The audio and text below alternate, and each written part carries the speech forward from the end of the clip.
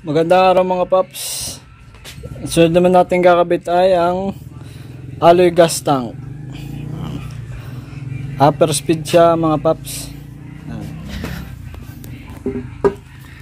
Tatanggalin lang natin ang lamang gas nito at ating kakalasin ng tornilyo nito dito. At ang kanyang mga floater. Yan. Kakalas lang tayo mga paps para makapag-alloy gas tank na tayo. Zombie apocalypse.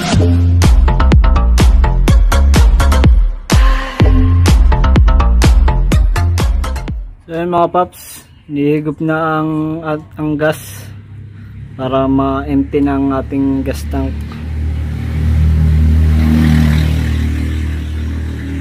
Yan mga paps, tuloy-tuloy lang ang daloy.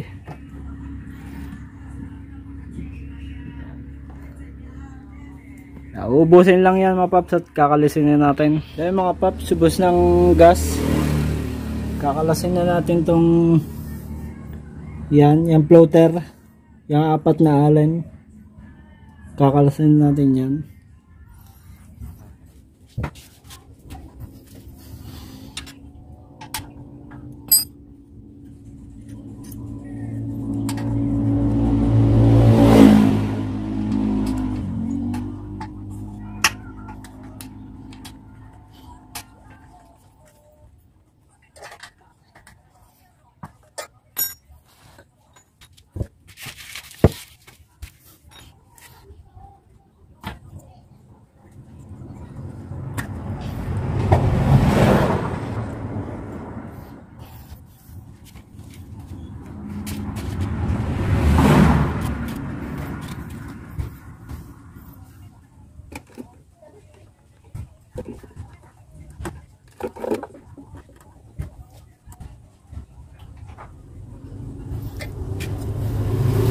So yung mga paps, nabunot na natin ang floater.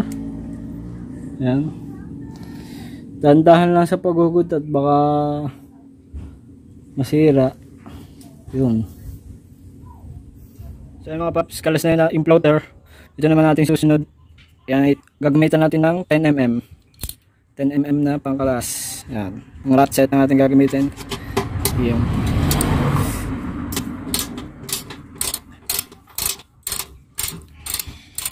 Apat yan mga paps, dalawa dito sa gilid, sa kaliwa at dalawa sa kanan.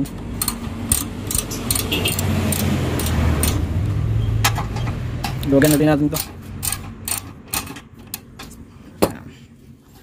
Yan, kung kayo si Hawk, pwede nyo kamayin. Malahok ang inyong daliri. Pero ako hindi ko kaya. Kaya gagamitan pa din natin ng rod set.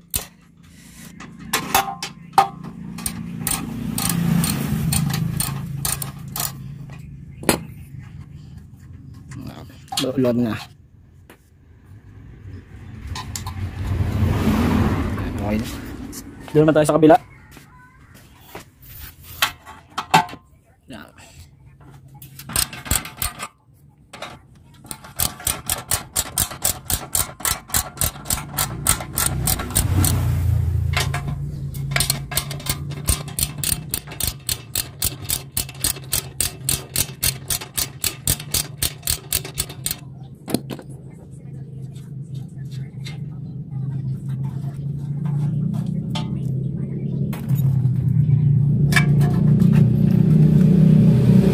So yun, uubutin na natin ang tangke. Parang magkakalas pa tayo ng ibabaw dahil siya isikip. So yun mga paps, tatanggalin natin, hugutin na natin. Tapos nyo lang to, tapos iikot nyo. Ayan, may tira pa palang konting gas at may goma pa.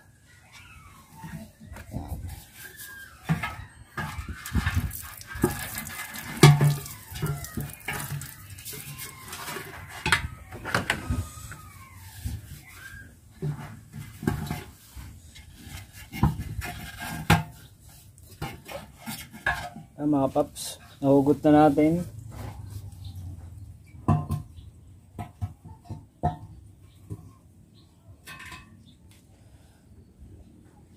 Ito nga pala mga paps ay itong pinaka o-ring niya sa floater doon sa ilalim.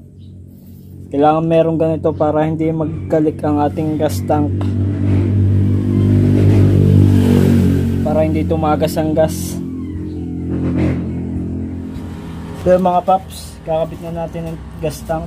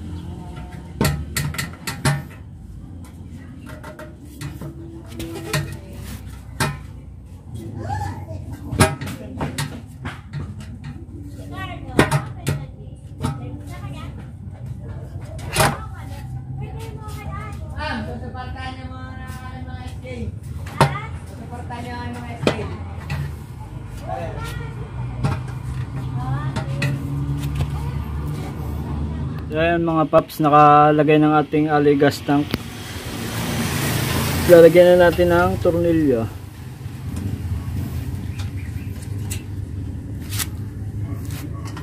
Doon uli ang ating paglalagyan ng tornilyo sa ating kinalas kanina. Saka doon sa kabila.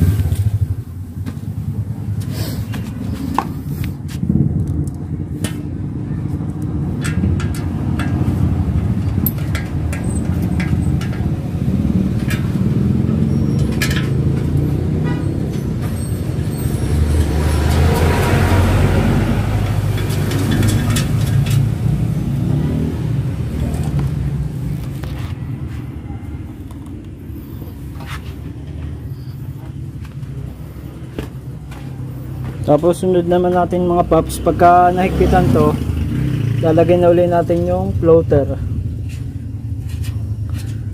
Ganun lang din mga paps, para nung kinalas natin, ibabalik naman natin ng papasok. So ayan mga paps, kakabit na natin. Ganito ang lagay ng kanyang o-ring. Yan, mayroon namang kalangan dyan. Ito, dalawa.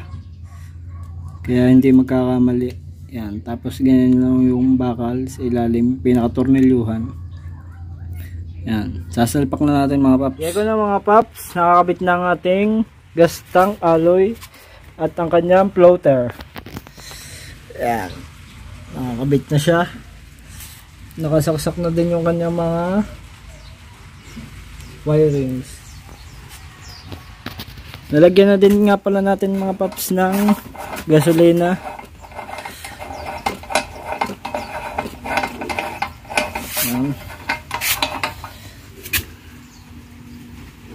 May gas na siya, kulay red. At natingnan na din naman natin mga paps ang ilalim kung may tagas. Wala naman, okay naman siya. At start na natin mga paps.